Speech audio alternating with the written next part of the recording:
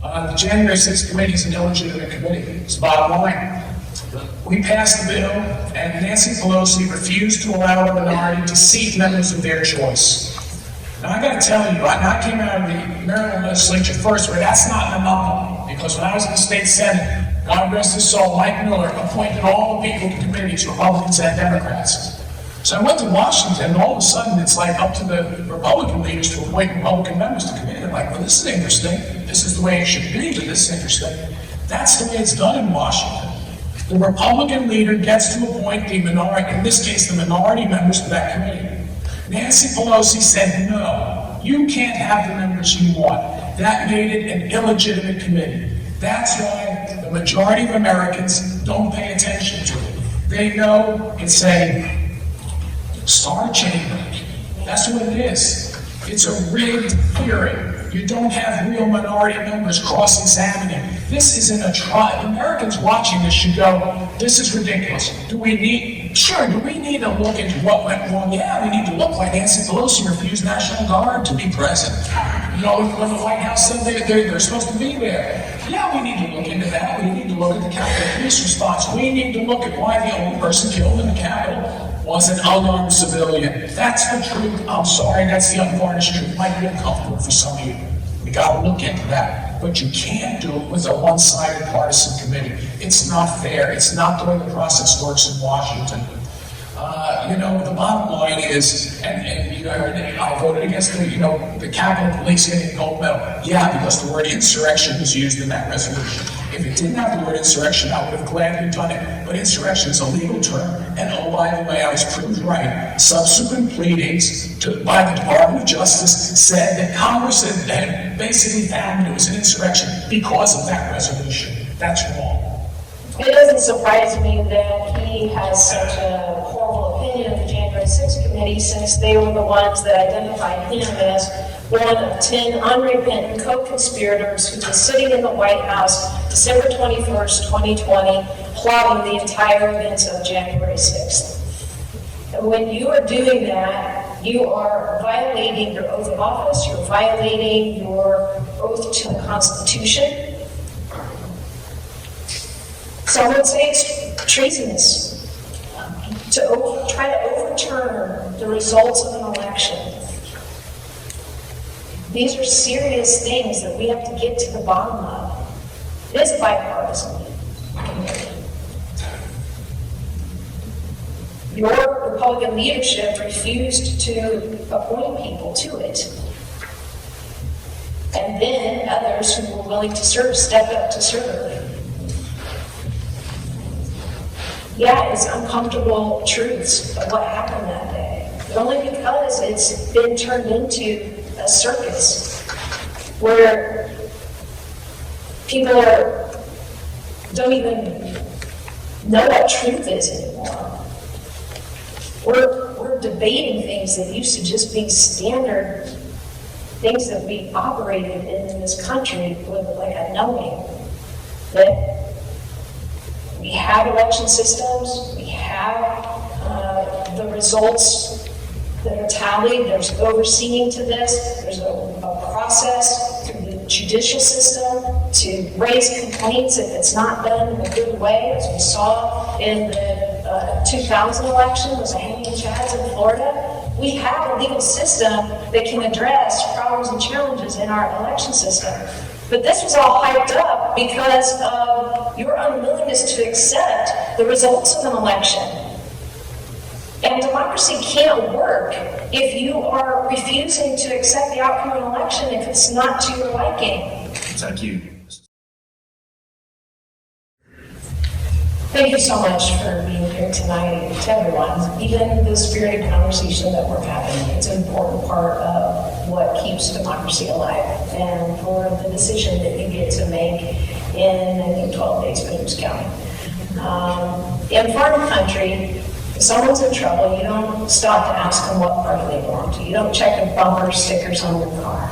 Just help them. That's my idea of community, and it's my definition of patriotism. What I also learned early on is that you have to back up your words with deeds. And Andy Harris is all talk but no action. He goes on about lowering costs and creating jobs, but he has no solutions for these things. I do. He'll say anything to distract from his failures. His divisiveness keeps us from getting things done, while the unity coalition that we are building is getting stronger every day. Let me tell you about a couple of different voters that I've met recently. Brenda is a Trump supporter that I met. She recognized me in a parking lot at a feed store in King County. We got into a conversation, and 10 minutes in, she was asking me if I'd give her a hug, because she had never felt like anyone had listened to her so closely. Now, Robert from Hebron, a former military man, was upset about a mail piece I had sent out criticizing Andy Harris for voting against health care for veterans. Robert reached out to me on Facebook, boiling mad, calling me a liar, and I responded to him with an open heart. And I listened deeply to what his concerns were, and I found where there could be consensus. We ended up over the course of the conversation talking about everything from gardening and cooking tips to how we needed more healthcare providers in the VA. And at one point in our conversation, we said, you know, you've got what it takes. You're salt of the earth. You're somebody who has a lot of similar experiences as mine. We both grew up on farms. We're both from middle-class families. We both have military families. And Robert now has a Mizeur, Republicans from Mizeur signed in his yard. But I think the thing that heartened me most was that at the beginning of the conversation, Robert's attitude was fiery, like, you know, you Democrats are going to burn DC down. We have to rebel against this approach that you have. And by the end of it, he was saying, you know what, you're right, we argue too much. And no one can die in vain trying to protect this country. He said, we only get things done in the military by agreeing. And thank you for helping me see that. That's what this campaign is about. That's the progress we're making in our communities. And if you're hungry to heal as well and come together and fix problems again, I'm asking for your vote. I want to be a congresswoman for everyone. And I hope that I've earned your vote, your respect, and your trust this evening. Thank you so much. Thank you, Ms. Mizeur. Thank you, Harris. I want to thank the League of Women Voters.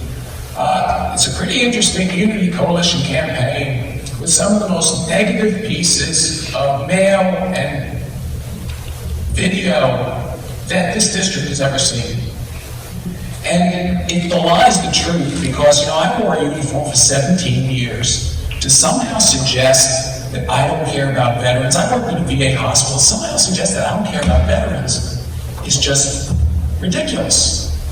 No, when they pass a bill that costs $330 billion without a way to pay for it, I do say, hold on, we need to rethink this through. But that's not what her mailer says. It just says I vote against the bill. I'm a father of 6, grandfather of 10. To suggest somehow that I am against sex trafficking? Come on. If you really want to solve sex trafficking, by the way, close the southern border. That's where a lot of sex trafficked girls and boys and men and women, that's where it's happening. That's what you have to do. Not some bill that spends $500 million additional dollars without a way to pay for it in foreign aid. No, spend it here, close our southern border. You know, what bothers me the most is that I was criticized for carrying a legal firearm. In December of 2020, I think a crazy guy made a death threat against me and my family. I have a concealed carry permit. I carried it everywhere it was legal, including in the U.S. Capitol.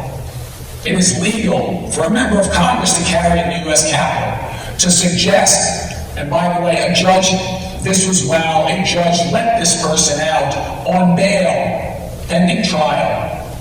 The guy went to prison, by the way. No, you're right, I carried a legal firearm. I was going to protect myself and my family.